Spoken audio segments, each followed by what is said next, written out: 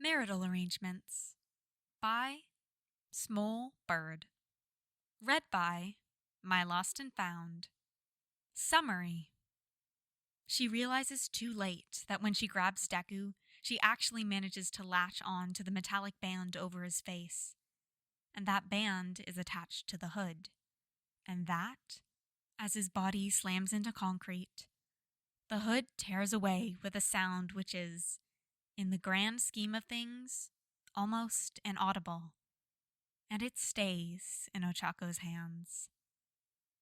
In which, Bakugou Katsuki's husband is a villain, and Uraraka is the only one who is surprised about it. This fic is about 300 words long and one chapter. As always, link to the fic is in the description below. And on with the story.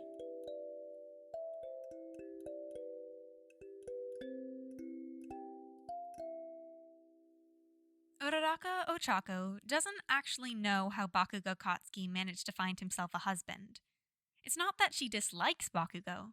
Truth be told, she actually likes him quite a lot. They didn't get off on the right foot back at UA, sure.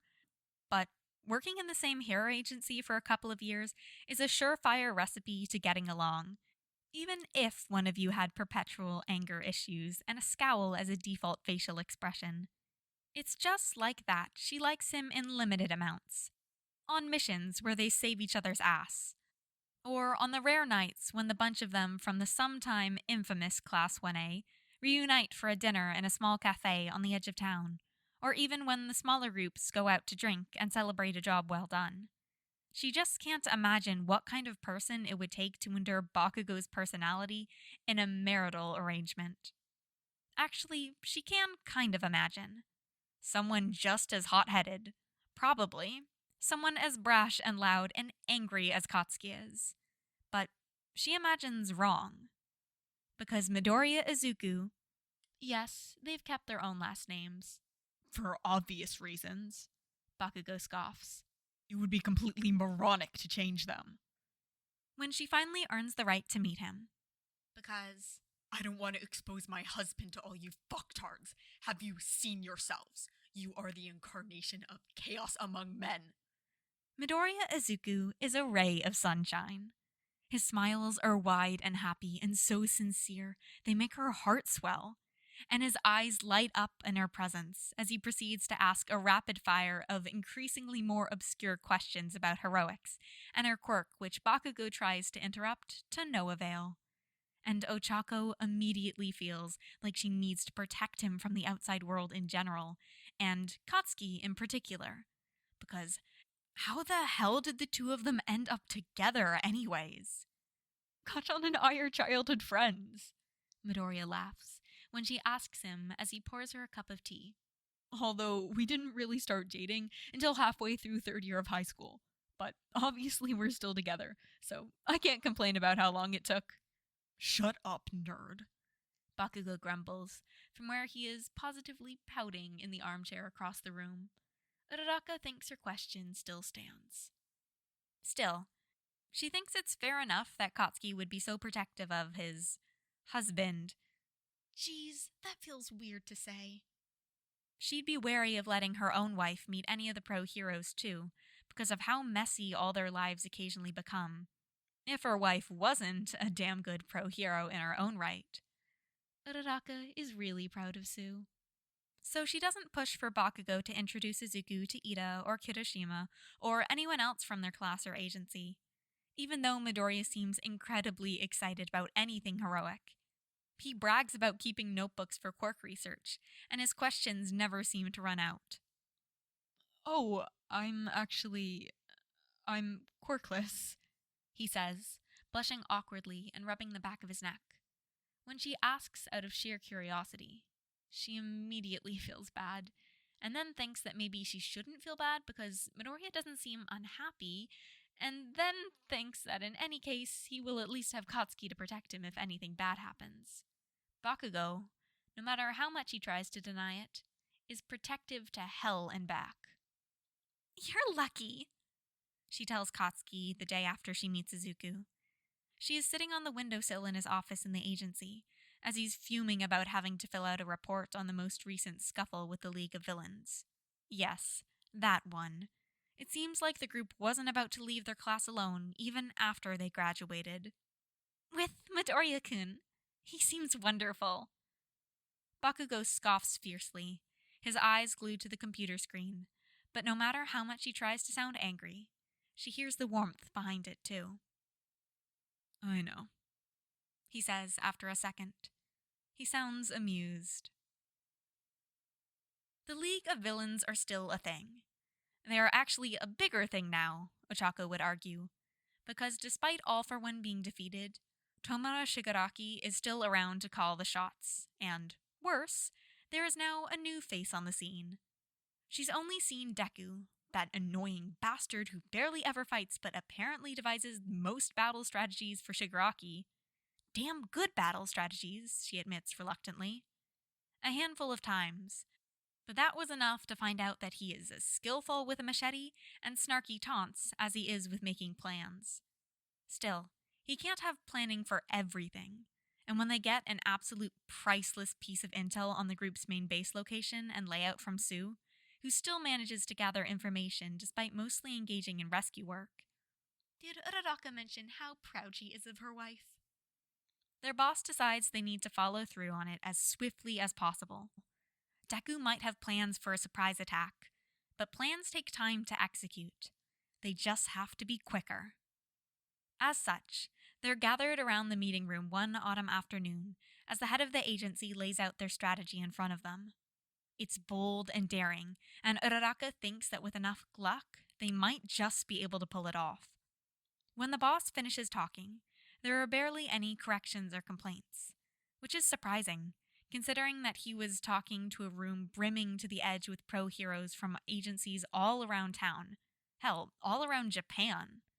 The League of Villains are a thorn in everyone's sides.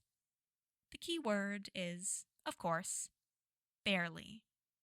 Do we have to attack tomorrow? Bakugou says, scowling from where he's gripping the desk tightly. It's mine and Izuku's wedding anniversary. Uraraka knows that, of course, because she has been invited. They weren't planning a big celebration, just a sort of get-together in the pair's apartment, inviting a limited number of family and friends. Ochako is actually kind of honored to be on the list. Also a little jealous, since both Sue and her were widely known as pro heroes, they could rarely get away with something that low-key. But right now, she mostly feels bad for Bakugou, who is rightfully irritated, smoke rising from the wooden surface in front of him. Still, the hero business waits for no one, which the head of the agency doesn't hesitate to inform him of. Katsuki huffs in frustration, but lets his arms fall to his sides. Fine, he says, as long as we get it over with quickly. Their boss assures them they will. They don't. It actually starts off surprisingly well, with the police circling the League's base in the middle of the night, and 4 pairs of heroes bursting in from 4 different entrances.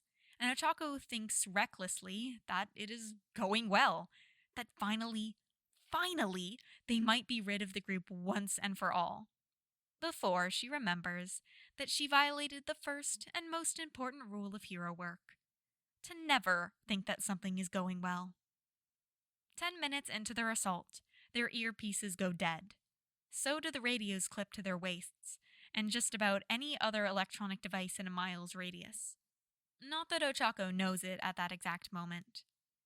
At that exact moment, she knows only that earphone jacks, they aren't meant to use their real names in the field, voice, which was muttering updates to them from where the hero was keeping an eye, or ear, on them outside the base, suddenly goes silent. She doesn't even get a second to hope that it's only her own earpiece that falters, because Katsuki freezes in his tracks next to her. The 2 of them are tasked with finding Deku. Bakugou was pretty adamant on that back at the agency, and Uraraka could understand why, considering how dead set the villain was on pushing Katsuki's buttons in particular the last time they met. And she thinks they must be pretty close to where his office is meant to be if the plans they got from Sue were correct. Which they must be, because Sue got them. She glances at her partner, as if to question if they're still sticking to the plan now that their main communication method is out of order. But only for a second. Distractions in the field are unaffordable. Aizawa-sensei drilled it into their heads well enough. It turns out, however, that a second is long enough. Well, well, well, Deku says. Look who's here.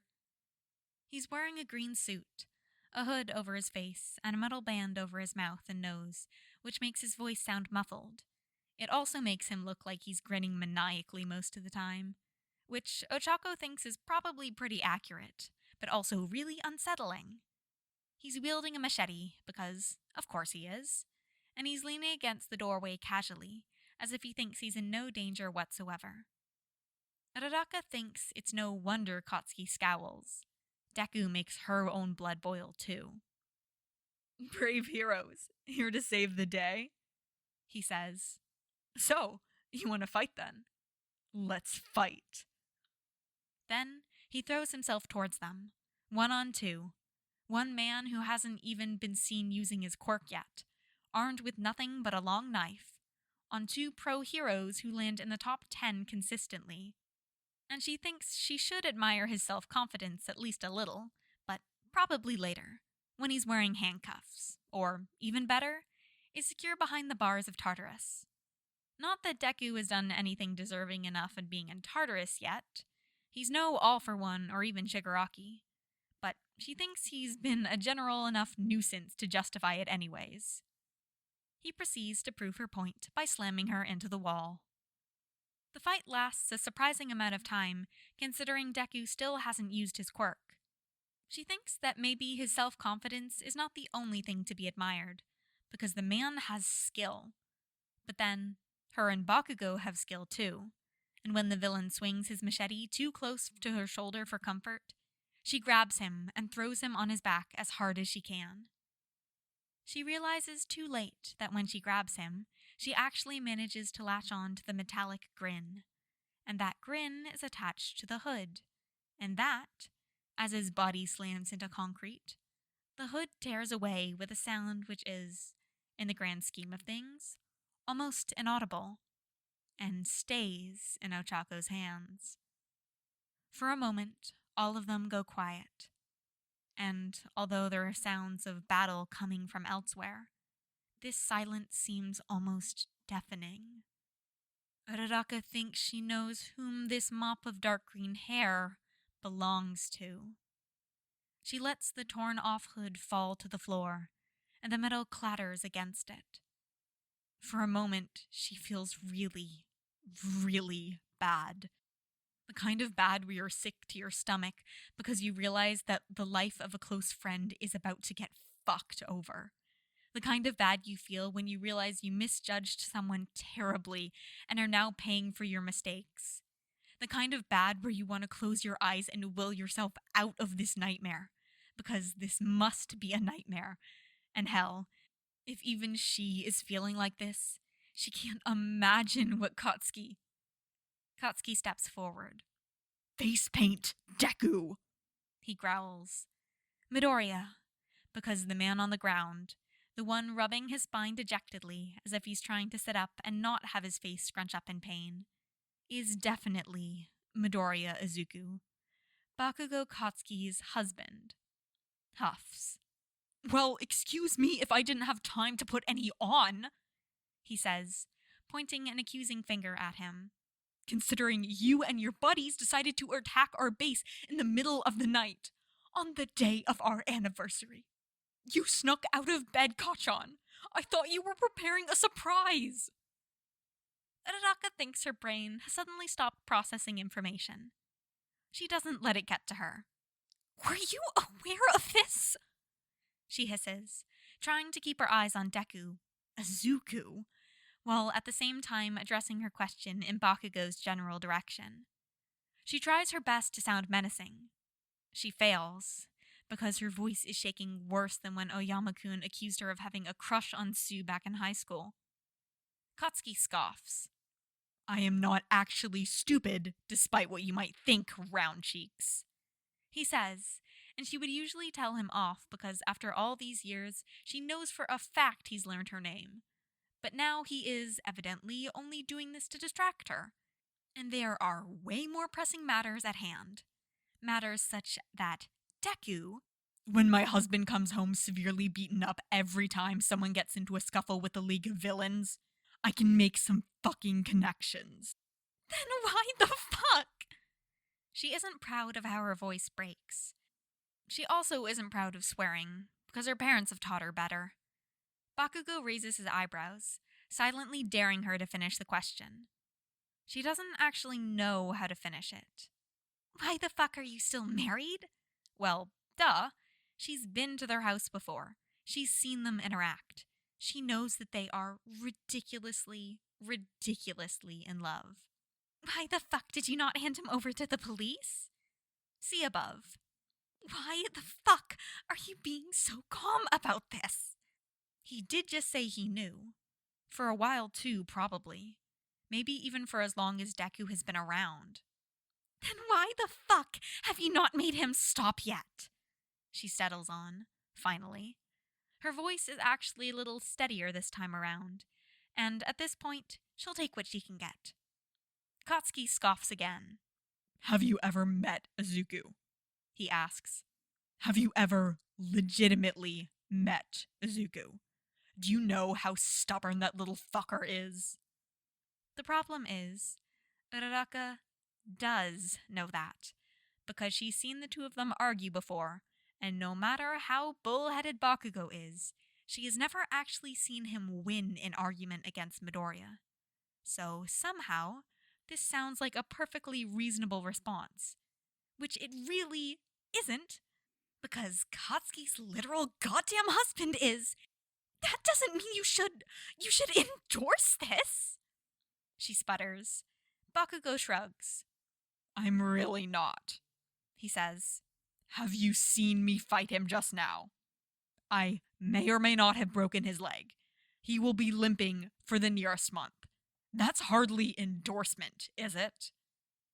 Uraraka gives him a completely baffled gaze, because she just doesn't know what to say in response to that.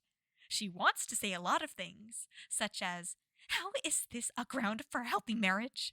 Or, yeah, but he's still out there being a villain, so it's not like you're actively stopping him. Or, you just possibly broke your husband's leg, and you are yet to show any fucking emotions about it. But then, she realizes that at some point, she has managed to turn around towards Katsuki to make glaring at him accusingly easier, and spins back around on her heel so fast that she almost falls over. That is, of course, entirely futile, because Deku isn't in front of her anymore, and neither is the mask she just ripped off his face. They are silent for another moment. Bakugou Katsuki, she begins then, hoping she sounds as infuriated as she's feeling. She doesn't actually continue, because she feels like sputtering out his name conveys her frustration well enough. And it's not like she knows what else to say anyway. Oh, woe is me, Katsuki deadpans. It seems he got away. I guess we gotta report that now. Huh. She makes a noise which can be classified as nothing other than an indignant squeak. He pats her on the helmet condescendingly. Pay more attention next time, round cheeks. Then he smirks. You still coming to our anniversary celebration later, right? Ochako knocks at the familiar apartment door in a few hours, wearing a cute pink dress and some golden bracelets around her wrists, and she doesn't unclench her fist until she makes sure there is nobody waiting behind it to assault her with a machete. In fact, the only person waiting behind it is Bakugou, who swings it open and steps aside to let her in. She stammers out a greeting, and he returns it. His eyes are sparkling, and the smirk playing across his lips is pure evil. Uraraka-san! Midoriya smiles as he enters the corridor from the living room. There's a light limp to his right leg, and he leans against the wall to steady himself. Come in. It's good to see you again. Would you like some tea? We have cake, and Mom brought mochi too. She squeaks. Bakugou's smirk only widens further. Uraraka really doesn't know how the hell this is her life. And that's all for this fic. This is just... Okay, more people have been asking for, like, Bakugou Deku. Probably, honestly, like, a while ago at this point. This is, like, when I added this, people were asking for more Bakugou Deku. So, and this is just... Yes, perfect. The dynamic is just there. Izuku is a little gremlin, stubborn child who may or may not be committing crimes sometimes. And Bakugou is just like, fucking Deku, come on. He puts up with his husband's antics. And Ochako is just there having a mental breakdown, which I love. I love that for her. She's doing great.